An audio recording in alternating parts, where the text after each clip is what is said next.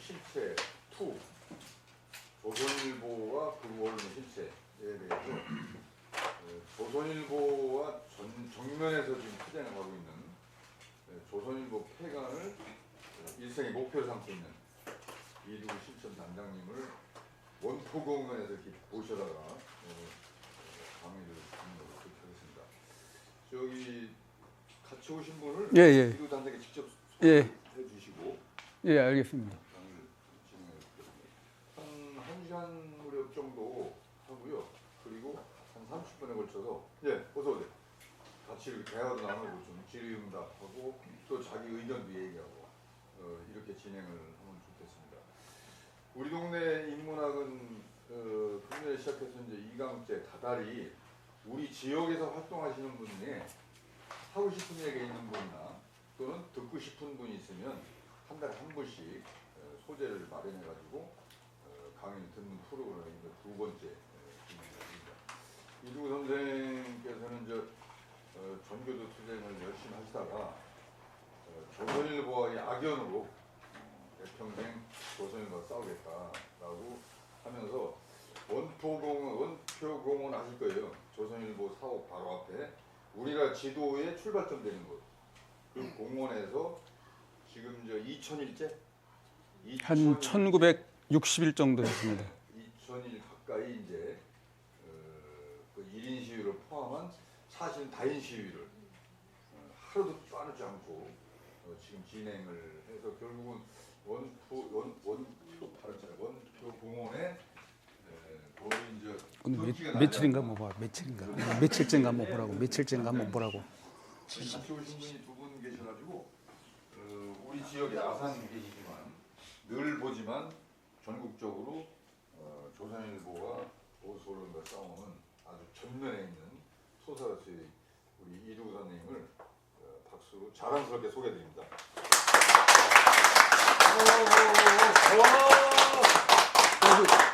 땡이만큼 연호 한번 할까요? 시작. 이두구. 고맙습니다. 오늘 방송 영상은 백TV에 우리 백동지께서 오셔가지고 민주노총 선전부장입니다. 오셔가지고 촬영을 해서 유튜브로 송출을 합니다. 그 영상은 따로도 드릴 테니까 같이 돌려보시면 되겠습니다.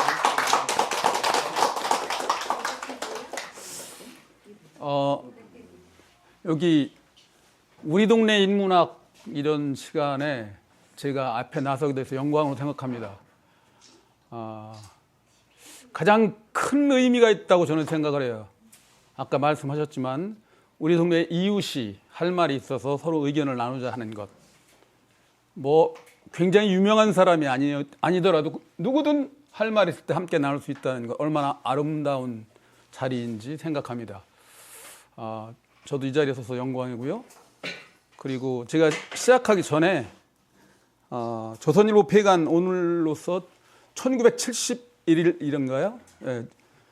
6월 22일이면 2000일을 맞습니다. 함께 조선일보 폐간 투쟁을 해오고 계신 두 분을 소개를 해드리겠습니다. 한 분은 사실은 제가 흔들리지 못하게 하시는 분이에요. 1975년에 조선일보에서 해직이 되시고 그럼 몇 년이에요? 50년이에요. 50년. 꿋꿋하게 지금 조선일보 폐간에 힘을 보태고 계신 분입니다. 최병선 선생님이십니다.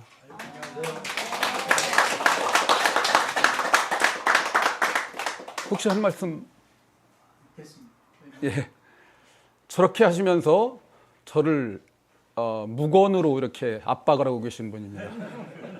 저런 분이 계시기 때문에 흔들리지 않고 오늘까지 온 것이 아닌가. 바로 옆에 계신 분도 조선일보 폐간 시민실천단의 초대 단장이시고 사실은 2000일 가까이 이렇게 투쟁을 해오는데 저는 그렇게 못할 거라는 거 잘 아시죠?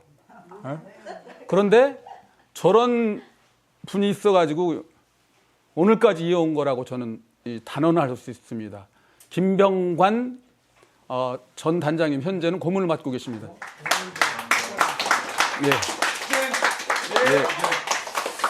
특히 뭐 특별히 하실 말씀 없으시면. 동아일보 그분하고 이름이 똑같은 건가요? 예, 맞습니다. 예. 그런 병관도 있고 저런 병관도 있습니다. 저분은 불행히도 조선일보 폐간 투쟁을 하다가 전과 2범이 되셨어요. 조선일보 기자한테 한 번은 고소를 당하시고 명예훼손이죠. 그리고 한 번은 또 공무집행방해인가 뭐 이런 걸로 해가지고 벌금을 물어가지고 실천단에 상당히 재정적인 손실을 끼친 분이십니다. 말려도 듣지를 않고. 그래서 사실은 우리 조선일보 폐간 시민실천단의 역사를 그대로 보여주시는 분입니다. 오늘 그러면 제목부터 한번 생각해 보겠습니다. 조선일보와 극우 언론의 실체를 말한다. 굉장히 거창하죠. 제가 지금 이렇게 프린트를 한 것은 제가 나름대로 이제 줄거리를 잡을 것을 키워드, 그러니까 핵심어만 이렇게 나열한 것으로 생각하면 되겠습니다. 사실은 조선일보 폐간 시민실천단에서 우리가 해온 것, 그리고 앞으로 해야 할 것, 이런 것이 드러납니다. 제가 제일 먼저는 조선일보를 이야기할 것입니다. 다음에는 폐간에 대해서 이야기할 것입니다. 그리고 그 다음에는 시민에 대해서 이야기할 것입니다. 그리고 마지막에 실천에 대해서 이야기할 것입니다. 그래서 조선일보 폐간 시민실천단을 간단히 소개를 드리면 잘 아시지만 1920년에 1919년 3.1혁명을 견디지 못한 일제들이 마지못해 그 당시에 이제 우리가 보통 문화통치라고 그러죠. 무단통치에서 문화통치라는 아주 기만적인 수책을 쓸 때 조선일보와 동아일보 그리고 시사신문이라는 세 개 이런 그 허가를 했어요. 그때 조선일보가 사실은 동아일보가 허가를 먼저 냈는데 그때부터 조선일보와 동아일보는 라이벌 의식을 가지고 있었습니다. 그래서 허가를 먼저 냈지만 그러니까 창간호랄지 이런 것은 조선일보가 먼저 냈습니다. 그것이 1920년 3월 5일입니다. 근데 1920년 3월 5일 그런데 제들 생각에는 2020년 그리고 동아일보는 1920년 4월 1일 창간했습니다. 별로 차이가 안 나죠. 그런데 2020년을 맞아서 그 당시에 저는 반아베 평화운동가를 했었습니다. 그 당시 그 아베 정권이 우리나라에 얼마나 못된 경제 보복이랍시고 했던 그것을 반대하면서 돌아다니다가 너무나 자연스럽게 내가 할 일은 이제 아베 못지않게 뭐 친일 세력을 넘어서 그대로 일본 세력인 조선일보 폐간에 나서야겠다는 생각이 있었는데 몇몇 뜻이 맞는 분들과 함께 2020년 1월 1일부터 조선일보 폐간 운동을 시작했습니다.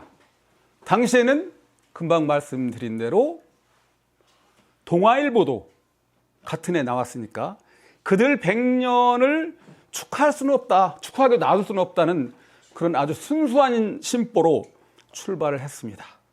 그래서 그 당시에는 처음에는 조선동아 폐간 시민실천단 이렇게 이름을 붙였었어요. 그랬더니 시민들이 그러십니다. 뭐라고 하시겠어요? 우리나라 언론 현실에서 조선과 동아만 이야기하면 반드시 무슨 질문 하나 더 얘기하겠죠. 중앙은 아니냐고. 그래서 자연스럽게 그분들의 뜻을 받아들여서 조중동 폐간 시민실천단. 참 거창하지 않아요? 우리나라에 가장 크게 문제가 되는 거대 신문 3개를 사실 그 당시에도 뭐 한 많은 시민단체가 참여했었지만 그 현장에 나오시는 분들은 손가락을 꼽을 만큼 이분들이 3개 거대 신문, 요새 말로 레거시 미디어 중에 가장 거대한 세력들을 상대하자고 뭐 당랑거처라고 할까요? 그렇게 그런 일을 했습니다. 근데 나중에 보니 이제 현실적으로 깨달은 거, 요새 말로 현타가 온 겁니다. 이게 가능한 일인가?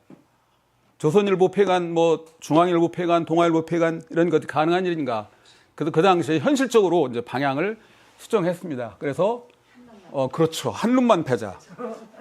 그래서 한눈만 패자고 그래서 사실은 한눈만 패도 된다고 생각했던 이유는 우리는 조선일보, 동아일보, 중앙일보는 거의 조직폭력배 수준이라고 생각을 해요. 그렇기 때문에 한눈만 제대로 펴면 나머지는 알아서 기계되어 있다라고 생각해서 고민 끝에 조선일보 폐간 시민 실천단으로 이름을 바꾸고, 그 전에는 중앙일보도 가서 피켓도 하고 동아일보도 가서 피켓도 하고 조선일보도 가서 피켓도 하고, 그래서 제가 시골 사람인데 그들의 뭐 사무소가 있는, 그러니까 본사가 있는 곳을 다 돌아다녔어요. 얼마나 바빴던지 몰라요. 근데 중앙일보는 또 저쪽 뭐 상암동이라고 도망갔어요. 그러니 거기 쫓아갈 수도 없고. 근데 아직도 상징적으로 거기 건물이 남아있어요. 거기 하는데 정말 바빴습니다. 그래서 우리가 현실적으로 이제 조선일보 타격에 집중을 하자라고 해서 조선일보 폐간 시민 실천 단으로 자리를 잡게 되었습니다. 그동안 우리가 나름대로 하는 것은 원표공원, 아까 원포공원 하시는데 원표공원이라는 곳인데요. 간단하게 말씀하셨듯이 거기에서 우리나라 거리의 출발점이에요. 그러니까 만약에 천안이 100km다. 그러면 거기서 재가지고 100km예요. 부산이 400km다. 그러면 거기서 재가지고 원래는 원표. 그러니까 사실은 우리 뜻은 나중에 보니까 여기에서 우리나라가 제대로 된 민주 언론의 출발점이 될 수 있겠다는 생각이 들어서 보람을 느꼈습니다. 그리고 또 하나 보람을 느끼는 것은 이제 가보시면 알지만 코리아나 호텔 바로 옆이에요. 조선일보 멀지 않습니다. 그리고 조선일보 입구를 막을 수 있고, 계속 우리는 그 주위에다가 집회 허가를 해서 1년 내내 그들을 괴롭히고 있는데, 원표공원을 나름 시민사회, 특히 민주시민사회의 어떤 그 단체라든지 해방구로 만들었다는 생각이 듭니다. 왜냐면 거기에 1년 내내 집회 허가를 내놨기 때문에 혹시라도 긴급 집회가 있는데 장소가 부족하다든지 그럴 때는 언제라도 와서 쓸 수 있도록, 그래서 아무런 부담이 없이 그 공간을 이용할 수 있도록 한 것이 조선일보 폐간 실천단이 나름 지금까지 세운 업적 중에 하나라고 생각하고요. 그 다음에 이번 그 윤석열 파면에도 누구보다도 열심히 참여했다고 자부할 수 있습니다. 촛불 행동이 처음, 그러니까 거기 어디서 시작했느냐 말이죠. 소라탑 있잖아요. 소라탑. 그 계단에서 한 19명, 한 30명 됐나? 그럴 때부터 같이 시작했습니다. 그래서 우리는 첫날부터, 1회부터 같이 시작한 그런 자부심을 가지고 있는 시민실천단입니다. 고맙습니다. 그리고 지금까지도 단 한 번도 빠지지 않고 깃발을 휘날리고 있습니다. 그것은 제가 아니라 저 뒤에 계신 분들이 주로 공을 세우신 것입니다. 그 다음에 정말로 무시할 수 없는 이번 그 내란 국면에서 여러분은 어떻게 생각하실지 모르지만 저는 이런 확신을 가지고 있습니다. 이번에 MBC를 살렸기 때문에 이번 내란을 막을 수 있었다. 언론 측면에서는. MBC가 만약에 쓰러졌다 그러면 그들은 JTBC, SBS를 손을 보려고 그랬어요. 무슨 얘기야. 쉽게 JTBC 있고 SBS 있는데 MBC라는 방패막이 있기 때문에 JTBC니 SBS니 그들은 쓰러질 준비가 되어 있었어요. 근데 MBC를 지켜냈기 때문에 이번 내란을 막아낼 수 있었다고 저는. 그런데 우리 시민실천단도 MBC 지키기에 누구보다도 열심히 했다는 또 자랑스럽게 생각을 합니다. 자질구레한 일은 아니지만 나름 그럼 가시적인 효과가 뭐냐. 작년엔 조선일보 논설위원을 해임하는데 가장 앞장섰습니다.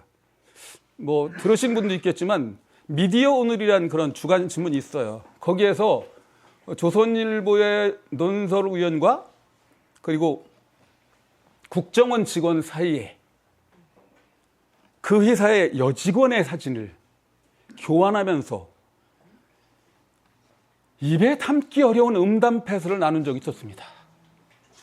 그런데 미디어 오늘에 보도가 났는데 의례적으로 언론단체란 분들이 규탄을 하고 성명을 내고 그래요. 그런데 걔들이 운이 없죠. 우리한테 걸렸어요. 우리가 플래카드를 조선일보는 성범죄 집단인가 그래서 대문짝만하게 써가지고 조선일보 앞에 가서 괴롭히고 그 뭐 큰 길 옆에 아까 얘기했던 원표공에다 크게 써붙이고 얼마나 창피하겠어요. 그래서 결국은 그의 해임을 이끌어냈습니다. 사실 그때 저희들은 언론의 어떤 그 실태, 언론계의 실태 이런 것을 좀 보게 되었습니다. 그때 나름대로 언론 운동을 한다는 분들하고 함께 하시죠 했을 때 거의 손살을 쳤습니다. 특히 내부적으로 이제 언론에 종사하는 사람들 같은 경우는 약간 동업자 의식이 있었던지 그랬던 적이 있었습니다. 결국은 가장 그 가시적으로 이제 우리가 올린 것이 이제 그 당시 논설위원을 해임할 수 있었다는 것. 이것도 또 자랑이라면 자랑이 되겠습니다. 작지는 않지만 의미 있는 일은 혹시 민족일보 조용수 선생님이라고 아실까요? 예. 그 박정희 군사정권에 의해서 사형까지 당하시고 민족일보는 폐간이 되었습니다. 우리가 혹시 여기 잠깐 지나간다면 혹시 조선일보 폐간을 주장하는 것이 민주사회에서 가능한 일인가? 라고 한다면 다행스럽게 그대들이 만들어 놓은 선례가 있기 때문에 얼마든지 가능하다고 대답을 할 수 있어요.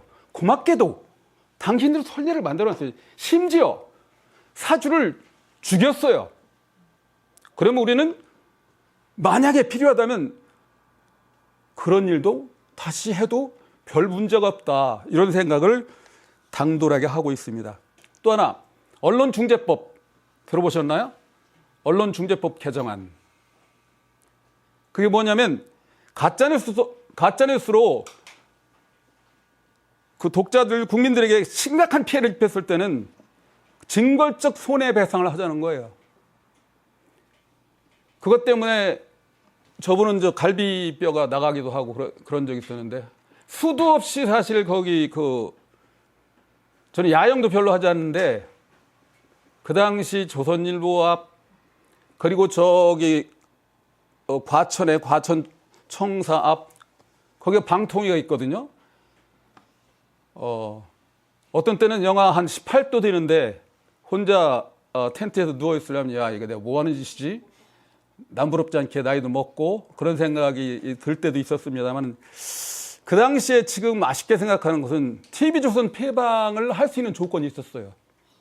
그런데 그 당시에 문재인 대통령 시절인데 결국 조건부 허가를 했던 적이 있었습니다. 그때도 가장 앞장서서 선도적인 투쟁을 했다고 자부하고 있습니다. 자랑할 거 굉장히 많죠? 예. 이 정도만 자랑을 하겠습니다. 혹시 개별적으로 물으시면 자랑할 거 없다고 더 말씀드리겠습니다. 두 번째는 이제 지금 첫 번째 조선일보에 대해서 얘기하는 거예요. 조선일보의 약사, 그러니까 간략한 역사를 말씀드리겠습니다. 여태까지 길게 해왔지만 말씀드릴 것은 이 자리엔 저보다 조선일보라는 역사에 대해서 더 많이 아시는 분 계신 거 잘 알고 있습니다. 저는 사실은 멋지게 얘기하면 실천가이지 뭐 이론가라든지 학자 이런 사람 아닙니다. 그러니까 좀 부족해도 이해를 해주시면 좋겠습니다. 1920년 3월 5일에 창간됐다고 그랬어요. 그런데 그때 대정실업친목회라는 대정이 혹시 뭐라고 생각하세요? 예, 일본 천황의 연호입니다. 다이쇼인가 그러는데 그러니까 이름조차 그걸 따면 얼마나 친일적이었어요. 그 친일 실업인 친목회가 중심이 돼서 조선일보를 창간한 것이 1920년 3월 5일입니다.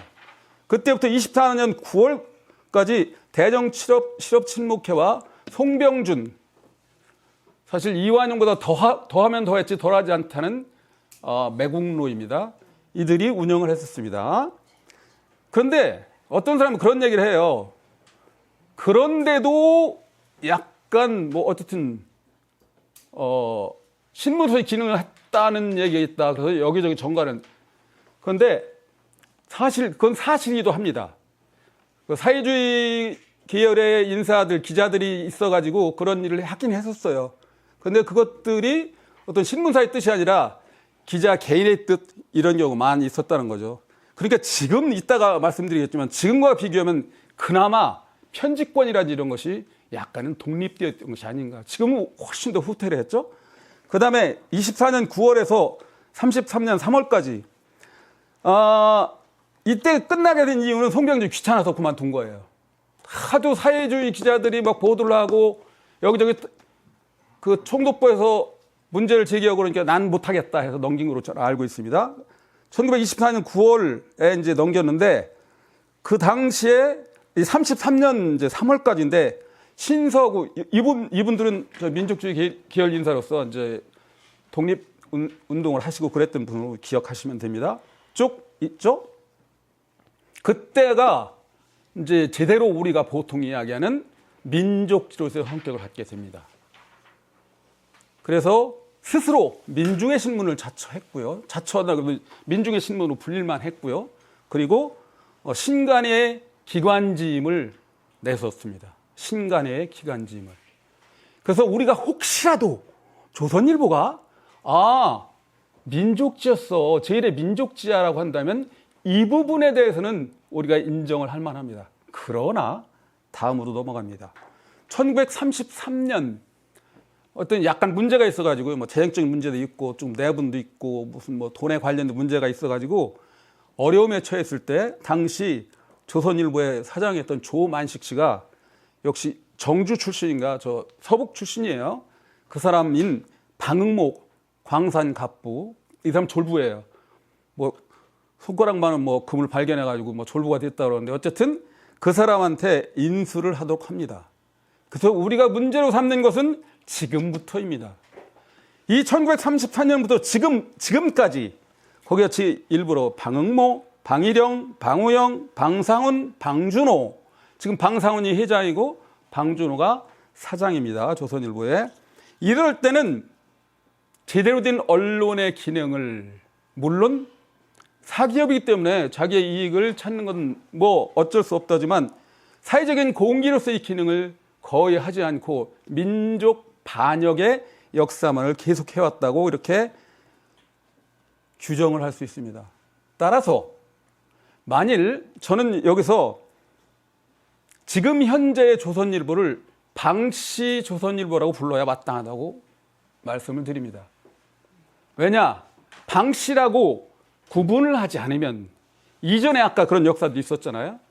민족주의 계열의 인사들이 신간의 어떤 기관지처럼 이렇게 나름대로 기여를 했던 부분조차 누가 되기 때문에 방시 조선일보라고 불러가지고 그들을 명확하게 구분해서 우리가 타겟으로 할 것은 방시 조선일보라고 이렇게 확실하게 했으면 좋겠습니다.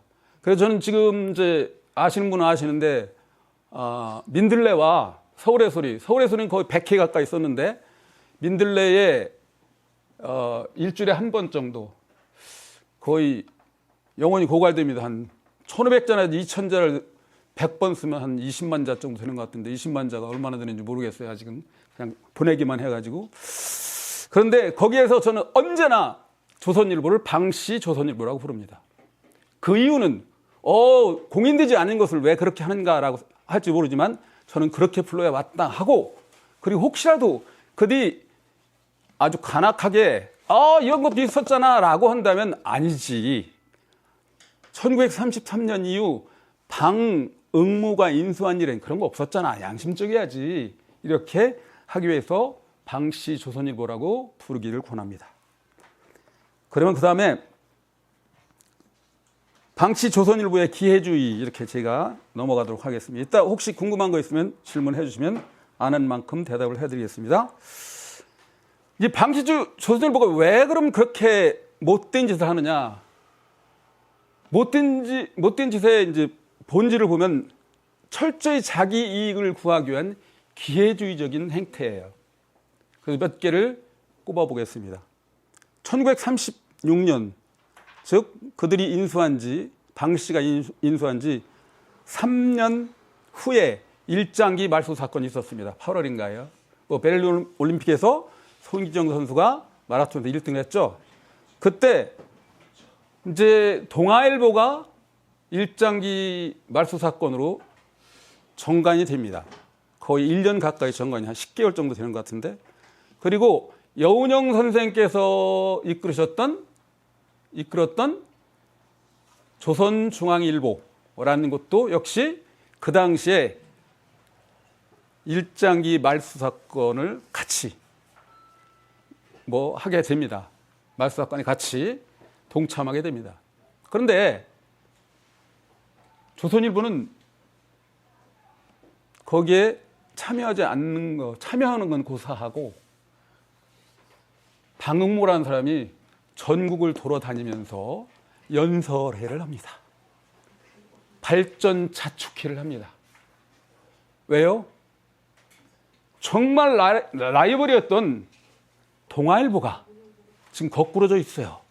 자기들이 원하는 하늘이 주신 기회예요. 그래서 그들이 이때가 기회다라고 하면서 전국적으로 전 국민들에게 조선일보 알리기, 이름조차도 발전 자축회를 하고 돌아다닙니다. 참 대단하죠? 자기들이 그런 애국적인 행위를 하지 못한 것을 부끄럽게 생각하기는커녕 이것을 우리의 이익을 위해서 한번 이용해보자. 두 번째입니다. 1940년 8월에 조선일보가 폐간이 됩니다. 조선일보가 가장 자기들이 민족지였다고 억지를 부릴 때 주장하는 내용이 이거예요. 뭐라고 붙여요? 강제 폐간. 강제 폐간이 아니라 제가 그렇게 써놨어요. 그래. 수능 폐간. 거의 제 발로 이제 총독부에서 지침이라는 게 있었어요. 전시 물자를 위해서 더 이상 여러 신문 낼 거 없이 조선의 신문 같은 것도 정리를 하자. 그러니까 알아서 갑니다. 총독부에. 그래서 자기들이 얻어낼 것을 마음껏 얻어내요. 심지어는 조광이라는 어떤 월간지 가지고 친일행위는 거기서요 신나게 합니다. 그 뒤에. 그런데 제가 왜 기회주의라고 했느냐면 그 당시에 조건 중에 하나가 뭐예요? 동아일보도 죽여주세요. 우리만 죽으면 안 되니까 동아일보도 죽여주세요. 얘들은 처음부터 태어날 때부터 동아일보와 라이벌 의식을 굉장히 많이 가지고 있었습니다. 세 번째 갑니다. 1950년 6월 28일에 이건 혹시라도 민족끼리 만세하는 건 또냐 그런 관점이 아닙니다. 이들이 이렇게 했습니다. 조선민주주의 인민공화국 만세, 우리 민족의 경애하는 수령인 김일성 장군 만세를 호혜로 외쳤습니다. 그런데 제가 문제를 제기하는 것은 지금 어떻게 하고 있습니까? 혹시 그 이후에 6.25 이후에 그들이 이른바 통일을 앞세우면서 통일을 위해서 헌신하는 분들은 어떻게 했어요? 다 빨갱이 했지 않습니까? 자기들이 이렇게 하고 이렇게 하는 것을 저는 아주 전형적인 기회주의 행태라고 비판하는 것입니다. 혹시 다른 관점에서 이해하지 않으셨으면 좋겠습니다.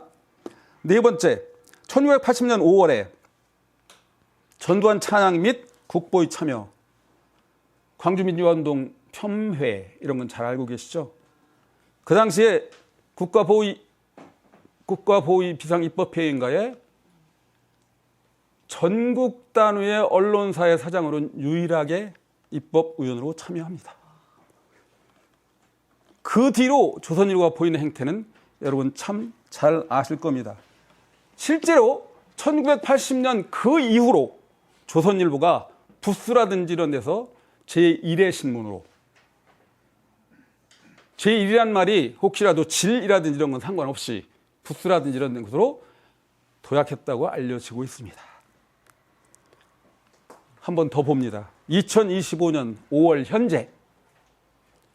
현재 조선일보는 똑같은 짓을 저질렀습니다. 제가 아까 이제 미디어 오늘이라는 것을 이제 보았는데 최근에 미디어 오늘이 3주 전에 특집을 냈어요. 무슨 특집을 냈냐면 조선일보와 중앙일보, 동아일보가 분할을 하고 있다. 즉 조, 중, 동 이렇게 하자는 그런 말이 있었어요. 그 내용이 뭐냐면 조선일보와 중앙, 동아일보가 다르다.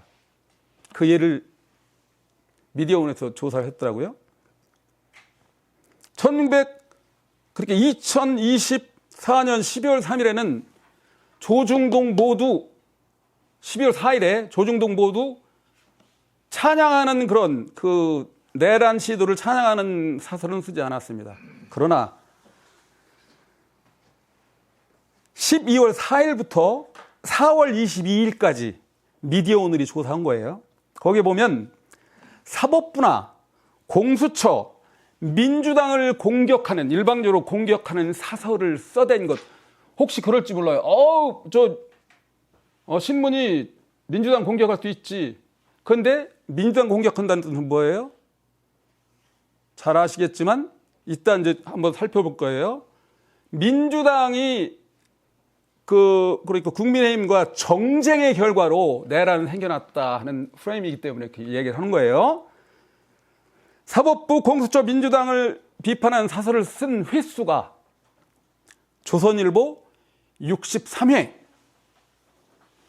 중앙일보 9회, 동아일보 9회. 그래서 말씀드린 대로 분화가 되었다고 얘기하는 거예요. 무슨 말씀인지 아시겠죠?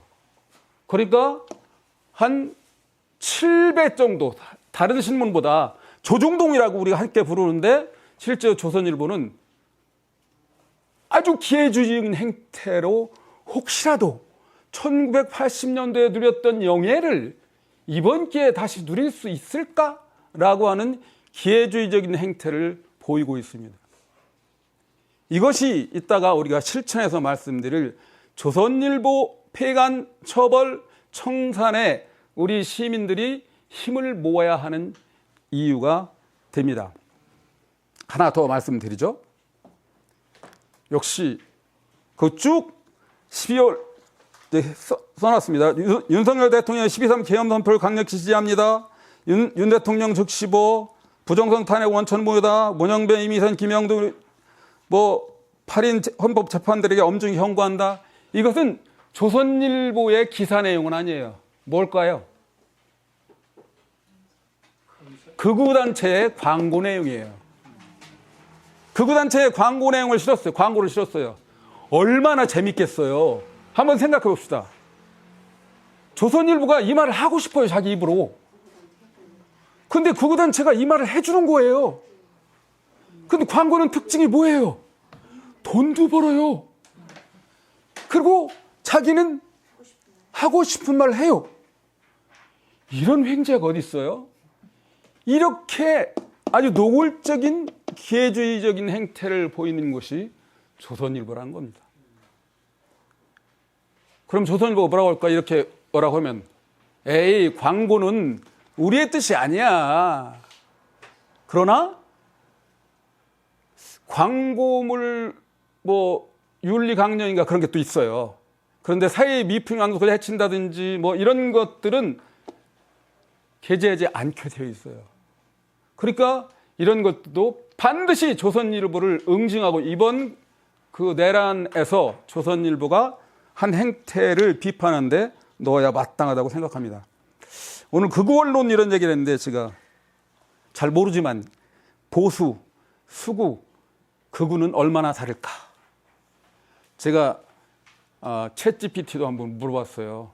그랬더니 너무 길게 해가지고 이거 알리려고 하는 건지 못 알게 하려고 하는 건지 혼동스러워서 그냥 도는데 실제로 보수는 사실은 반대는 진보겠죠. 그러니까 변화보다는 그 안정을 추구하는 것 정도를 보수라고 합니다. 보수에 대해서 탓할 필요는 없을 것 같습니다. 그렇죠? 그리고 그들도 적지만 변화를 추구하기도 한다고 생각하면 돼요. 수구는 그렇지 않고 아예 변화 자체를 인정하지 않는 거예요. 사실 우리는 보수나 우익이 없어요. 우리나라 조선일보 같은 데가 외세에 의존해가지고 통일 문제라든지 민족 문제에 대해 무시하는 것은 보수예요. 이건 아무것도 아닌데 용어상 그래 구분을 하자면 그렇다는 거죠. 극우는 어떻게 돼요? 아주 파괴적인 행태 이런 걸 보이는 거예요. 예를 들면 극우의 아주 대표적인 예가 이제 전광훈 집단 같은 건데 거기에 가면 플래카드라든지 그 확성기 같은 걸로 뭐래요? 빨갱이는 죽여도 된다. 자기와 생각이 같지 않으면 언제든 죽여도 문제가 없다고 생각하는 그런 집단을 우리는 극우라고 생각하는데 거기에 가까이 가 있는 것 실제로는 조선일보를 보는 거예요. 왜 그러냐? 아까 광고를 빙자해가지고 그런 짓을 하고 있고, 특히 이번 내란 같은 경우는 우리 국민들의 목숨, 적지 않은 국민들의 목숨이 위태로웠지 않습니까? 그런데도 마치 모호한 입장을 보이는 척하면서 그쪽을 두둔하고 있는 것은 마땅히 극우 언론이라고 불러야 된다고 저는 생각을 합니다. 그 뒷장에 이제 보겠어요. 조선일보 엿보기입니다. 그럼 과연 무슨 증거로 지금 극우니 보수니 뭐 이런 얘기를 하는가? 가 사설 제목입니다. 한번 읽어보시겠어요? 가. 이게 2024년 9월 4일자 사설의 제목입니다. 예. 그렇죠. 이 당시에는 민주당이라든지 좀 아는 그 시민들이 계엄령 일어날지도 몰라 이렇게 하고 있을 때예요.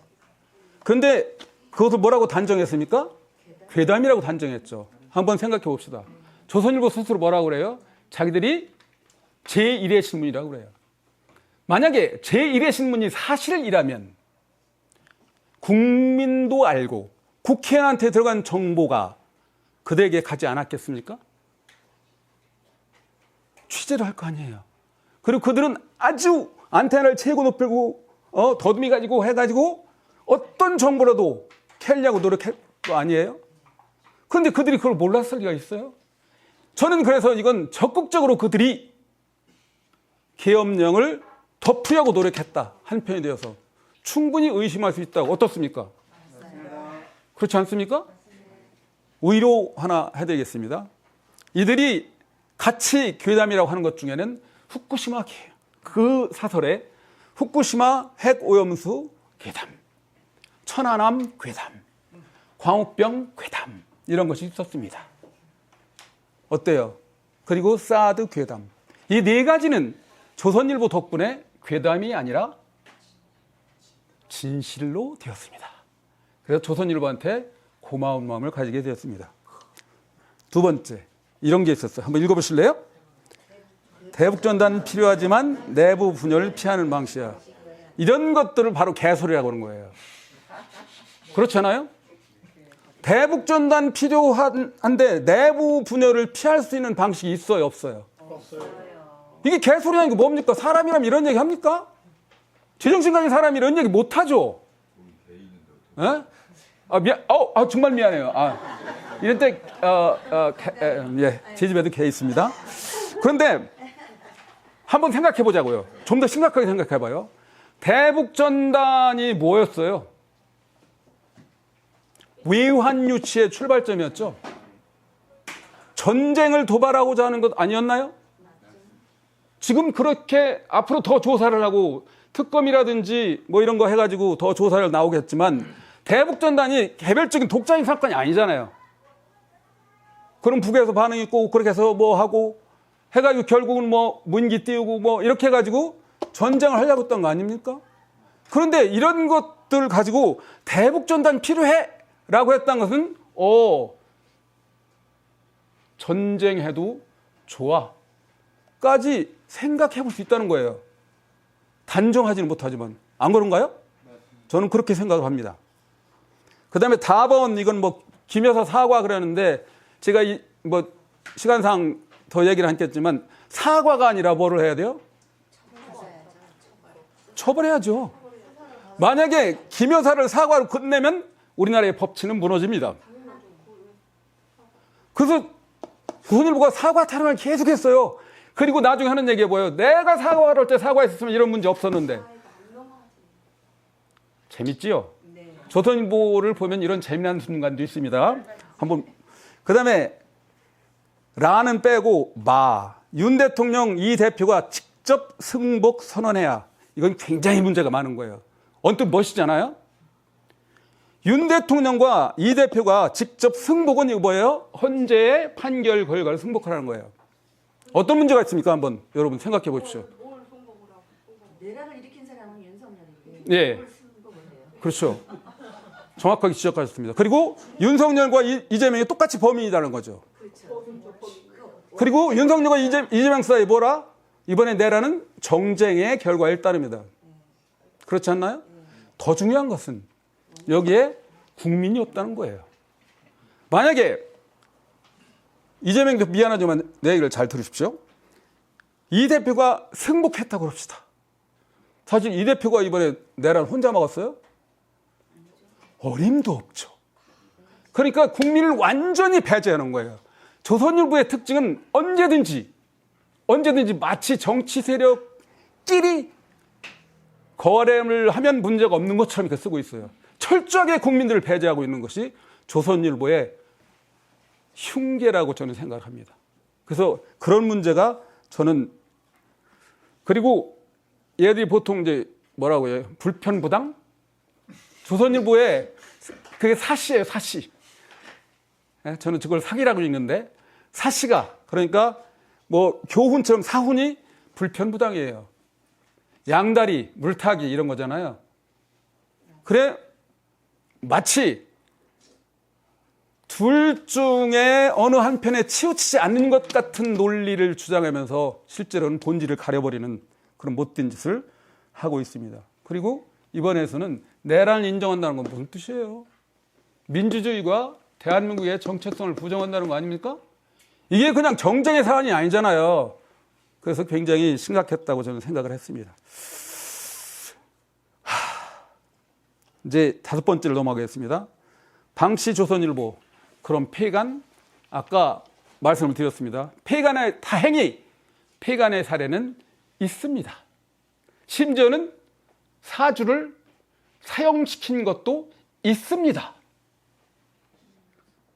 그래서 뭐 전례가 굉장히 중요하다고 한다면 그런 것도 있었어요. 다행히. 그런데 이런 때 방시조선을 폐간, 그래도 민주주의에서는 뭐 행정입법 사법 해가지고 제4부로 해가지고 언론이 중요한데 이게 가능하냐라고 생각하신다면 여러분들은 어떻게 말씀하셔야 돼요? 조선일보는 언론이 아니다. 조선일보는 언론을 가장한 범죄 집단이기 때문에 처벌한 것이 너무나 당연하다. 생각해 봅시다. 사법은 요새 우리가 손을 대야겠지만 적어도 행정, 입법에 대해서는 4, 5년 만에 한 번씩 국민의 뜻에 따라 지금 바꾸고 있지 않습니까? 조선일보 말씀드렸습니다. 1933년부터 2025년이면 92년 동안 단 한 번도 국민의 심판을 받지 않았습니다. 그런데 제대로 한 것도 아니고 범죄 집단의 행각을 그대로 드러내고 있는데도 우리가 언론이란 이유로 그대로 놓아두고 보는 것은 말이 안 되죠.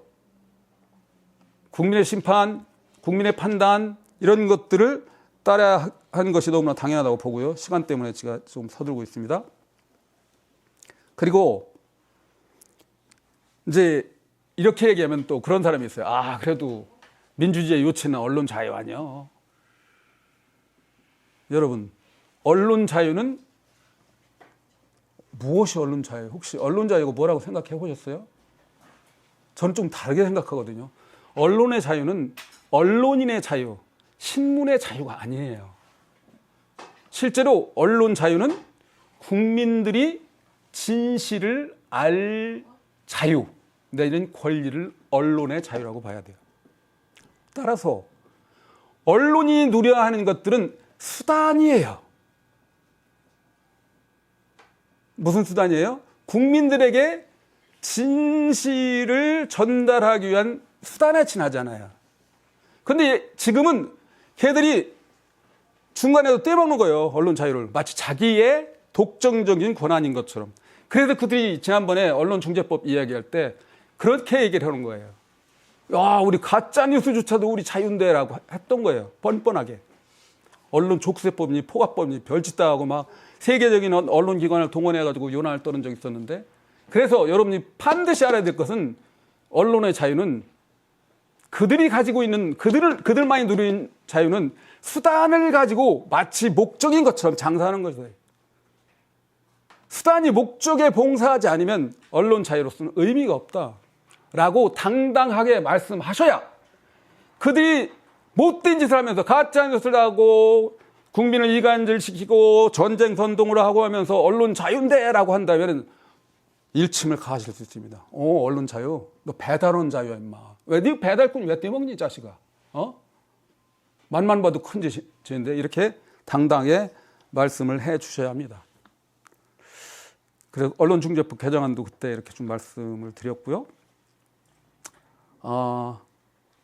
사실과 진실, 조선일보가 또 100년 때 뭐 사실을 근거로 이렇게 했는데 사실이란 말은 사실을 좀 그러네. 사실이란 말은 사실을 야비한 말이에요. 사실은 그냥 눈으로 보고 귀로 듣는 것, 이것이 사실이에요. 그런데 누군가 여기서 졸고 계십니다. 갑자기 정신 번쩍 나시죠? 그런데 그것은 사실이에요. 그런데 그분이 어제 무슨 일이 있었다. 그리고 그럴 수밖에 없다라든지. 그 뒤를 나름대로 알아봐서 그럴 수밖에 없구나. 아프다. 예, 그런 것까지 생각하는 것이 진실입니다. 우리 국민들은 사실을 알 권리 못지않게 더 중요한 것은 진실을 알 권리예요. 그것이 비로소 진실을 제대로 배달해야 그들이 언론 자유라는 수단을 가지고 목적에 봉사한 것이 된다는 거죠. 이건 제 생각입니다. 그래서 대체로 앉아서 책상머리에서 투닥거리는 것 내지는 카더라 통신이라든지 따옴표 통신은 다 사실에 지나지 않고 발로 뛰고 가슴으로 함께한 그런 기사 내용 같은 것이 진실이 될 수 있다고 저는 생각을 합니다. 그래서 지금 언론인들은 사실 사실에 머물면서 물론 그 사실조차 거짓인 경우가 적지 않죠. 그렇기 때문에 저는 이들에게 경용을 올리고 싶습니다. 마지막 시민 실천에 대해서 말씀드리겠습니다. 그리고 시민은 안 했는데 시민이 굉장히 중요합니다. 사실은 새 정부가 들었으면 새 민주주의가 들었으면 언론중재법이라는 이제 법을 개정해가지고 이놈들한테 본때를 보여야 돼. 아니에요. 왜 아니에요? 여러분 지금 헌재의 재판 결과 누가 얻어냈습니까? 시민이 얻어냈어요. 내란 누가 막았습니까? 대법원 사법부의 그 농탕질 누가 막았습니까? 시민이 앞장서서 어쩔 수 없이 행정부라든지 입법부가 따르도록 해야 돼요. 시민이 실천하지 않으면, 시민이 앞장서 가지 않으면 저들은 움직이지 않습니다. 혹시 여기 이재명 대통령이 다르랴? 다를 수가 없어요. 왜요? 민주주의의 근간인 언론을 정부가 나서서 국회가 나서서 손을 댔다. 얼마든지 와글와글 될 수 있습니다. 부작용이 심해요. 그럴 때는 그들이 어쩔 수 없이 국민들이 하도 요구해서 나는 그러고 싶지 않은데요. 국회를 압박하고 해야만 비로소 우리가 원하는 결과에 근접할 수 있어요. 그렇지 않나요? 그래서 앉아서 정부에서 알아서 해주겠지. 내가 잘 뽑았으니까. 여러분 참단 실패 겪은 적 있죠? 이미. 잘할 줄 알았는데 저는 서울에 자주 갑니다. 일주일에 한 3번 정도는 가는데 전광훈 집단이 부러운 게 있어요. 그들이 윤석열이 됐는데도 불구하고 한 주도 쉬지 않고 집회를 하고 있습니다. 물론 미친 소리를 하고 있지만 돈 받고 하고 있고. 그런데 그 자리에서 격려를 하건 아니면 비판을 하건 이런 것들은 상당히 상징적인 의미가 있어요. 우린 전에 어떻게 해요? 아까 말씀드렸지만 잘하겠지 하고서 그들에게 모두 넘겨줬어요. 그래서 이번에 사회대개혁의 어떤 광장 시민의 세력이 야5당, 5당과 함께 한 것은 굉장히 커다란 진보라고. 우리가 지난번에 실패하고 아무것도 배우지 못했다면 참담하지만 이번엔 다시는 그런 실수를 반복하지 않겠다고 한 것이 상당히 의미 있다고 봅니다.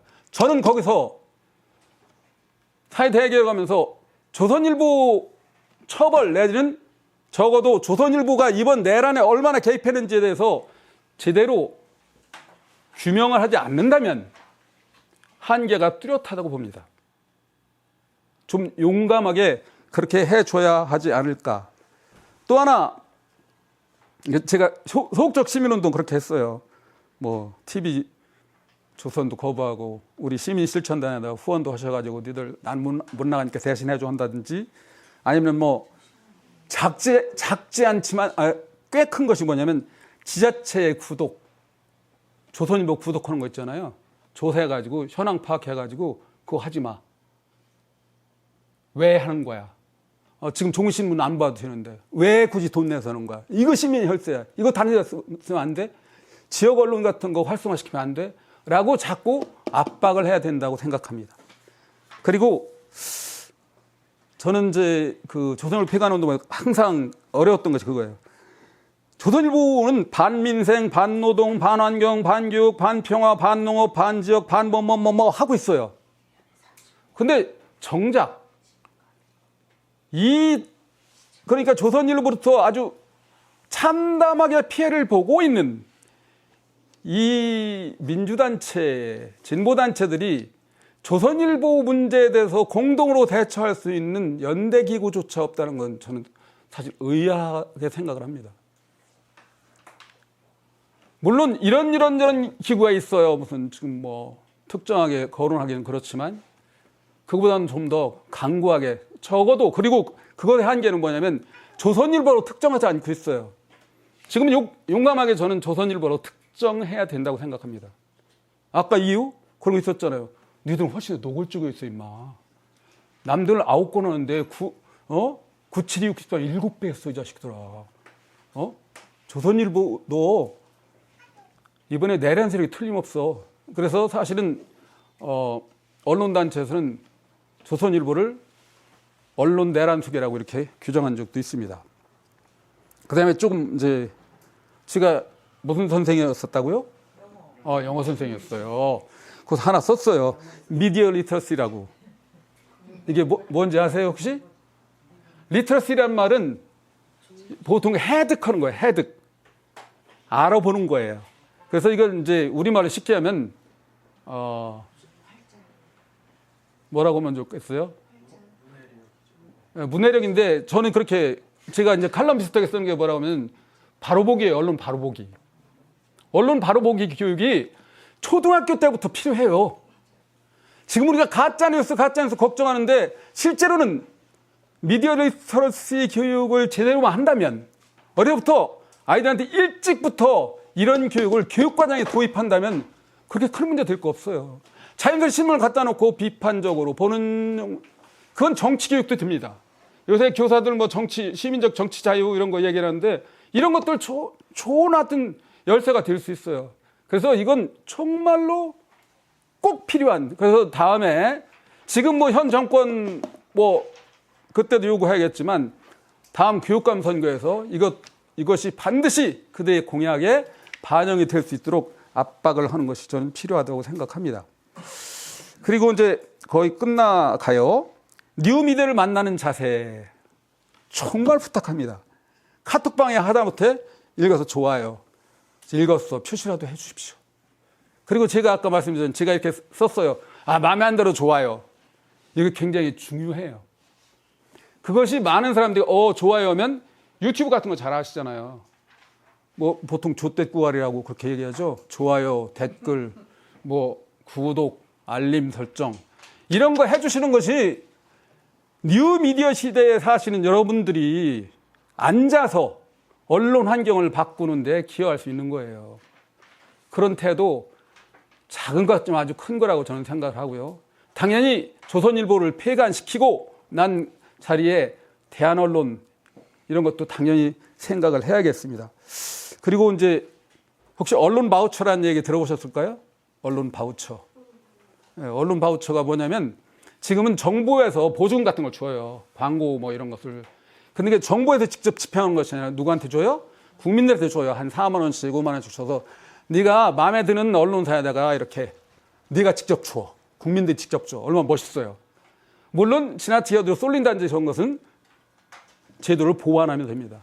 그런 방법 이런 것도 좀 더 생각을 해보면 좋을 거라는 생각이 들었습니다. 마지막으로 제가 말씀드리겠습니다. 제가 지난번에 이제 이걸 한다니까 조선일보 보는 사람이 어디 있어요? 그렇게 얘기를 해요. 이처럼 무책임한 태도가 어디 있어요?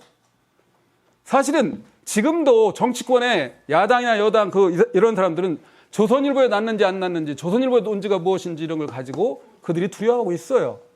근데 마치 조선일보 나는 안 보면 그만이다. 근데 조선일보는 저는 독극물이라고 표현합니다. 똥이라고 표현해요. 사실 똥이 무서워서 피하느냐, 더워서 피하지, 피하는 자체는 똑같아요. 똥 치워야 되지 않나요? 비우는 사람이 그 더러운 냄새를 맡게 놔둘 거예요? 별로 바람직하지 않죠. 독극물이라면 당연히 제거를 해야죠. 폭탄이라면 제거하지 않습니까? 나는 잘 알으니까 피하면 되지. 나는 안 먹으면 되지. 나는 코 막고 가면 되지. 내란을 막아낸 국민으로서 이게 제대로 된 태도라고 생각하지 않으시겠죠. 함께 하셨으면 좋겠습니다. 오늘 여기까지 제가 말씀을 드렸습니다. 혹시 이제 8시가 되는데 제 강의는 이 정도로 마치겠습니다.